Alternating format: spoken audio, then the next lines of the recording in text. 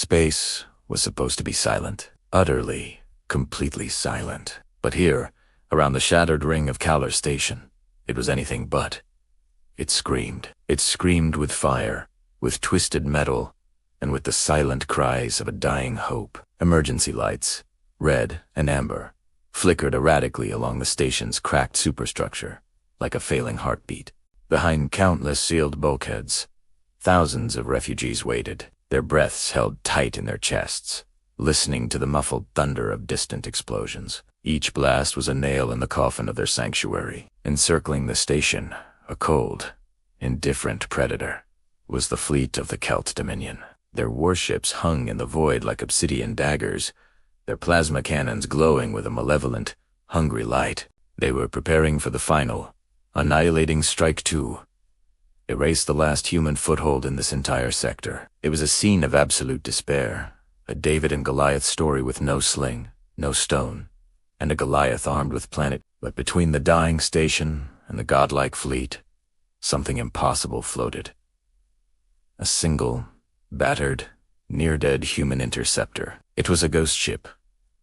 A relic. Inside, Lieutenant Jace Rowan sat in the dim glow of his cockpit. The air was thick with the acrid smell of burnt wiring and ozone. A symphony of warning lights blinked relentlessly on his console, a frantic, desperate rhythm.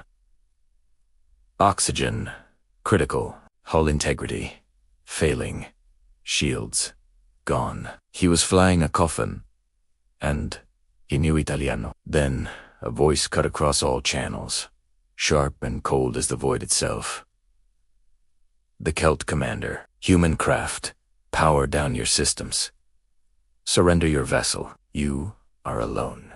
The voice was filled with a chilling certainty, the arrogance of overwhelming power. Jace looked out at the impossible ring of enemy ships, a wall of death surrounding him. He let out a slow, deliberate breath, his own vapor fogging the cracked canopy for a moment. A faint, almost imperceptible smile touched his lips. "Yeah," he said quietly, his voice a low murmur, just for himself. "That's usually how it starts." And then the universe erupted in light. The Khelt fleet fired, a storm of incandescent plasma beams, each one capable of gutting a cruiser, tore through the vacuum, converging on his tiny ship. There was no escape. Any sane pilot would have tried to run, to warp, to do anything but be there. Jace wasn't sane. Not by their standards. He slammed his thrusters forward, not back. He rolled the interceptor hard, a spiraling, desperate dance as pure energy scorched past his hull, close enough to feel the heat through the failing metal. Instead of retreating, he did the unthinkable. He pushed his engines to their screaming maximum and flew straight into the heart of the enemy formation. For a split second, there was a pause. A flicker of hesitation across the entire Dominion fleet. The alien gunners, trained for millennia in celestial tactics, couldn't process what they were seeing. No species, no sentient being attacked this way. It was suicidal. It was illogical. It was insane. That split second was all Jace needed. He skimmed the armored hull of a massive Khelt cruiser, so close he could have scraped paint. He fired his last two missiles point-blank into an exposed weapons bay. The resulting explosion wasn't just a firework, it was a cataclysm. The detonation ripped through the cruiser's spine, sending the multi-kilometer vessel careening out of control, right into the path of its sister ship. The Dominion's perfect, disciplined formation shattered into chaos. Two of their largest ships were now a tangled mess of exploding metal. Alarms blared across the Khelt command decks. On Jace's console, the warnings screamed even louder. Fuel, critical. Weapons, empty. He was a bird with clipped wings, a tiger with no teeth. A frantic voice from Kallor Station broke through the static. "Lieutenant Rowan, what are you doing? Your mission is complete. Retreat."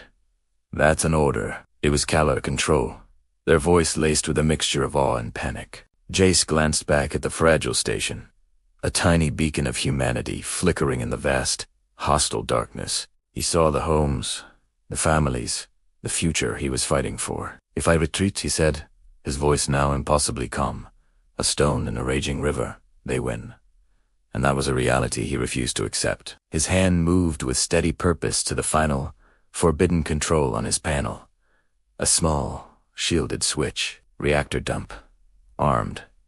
The last resort. The ultimate weapon of a dying ship. He was turning his entire interceptor into a makeshift star. Aboard the Khelt flagship, the Dominion commander finally understood the hesitation, the suicidal charge, the point-blank attack. It wasn't madness. It was a strategy, a horrifying, human strategy. Panic laced his voice for the first time. All ships disperse. Break formation. Get away from the flagship. Now. But it was too late. The predator had become the prey. Jace aimed his crippled interceptor directly at the heart of the enemy fleet, at the flagship itself. It was the head of the snake. He whispered 2 words into the silence of his cockpit, a prayer and a promise. For Earth.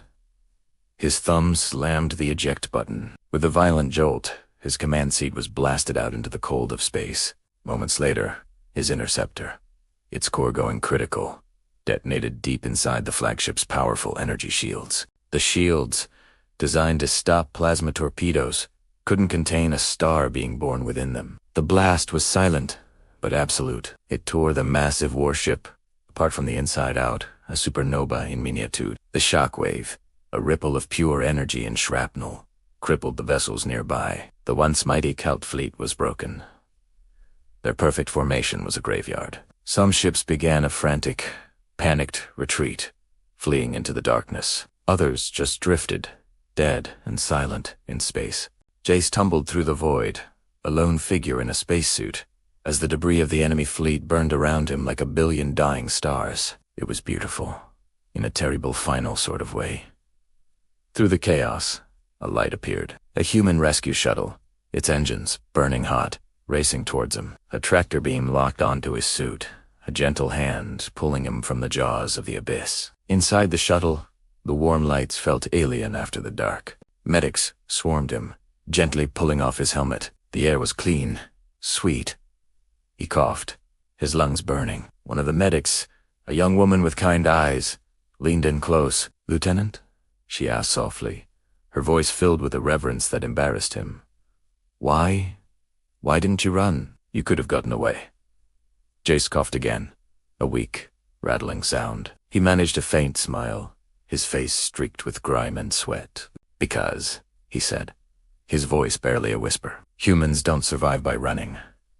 Outside the shuttle's viewport, Kallor Station still stood, its lights burning a little brighter now, and across the galaxy, on 1,000 alien worlds.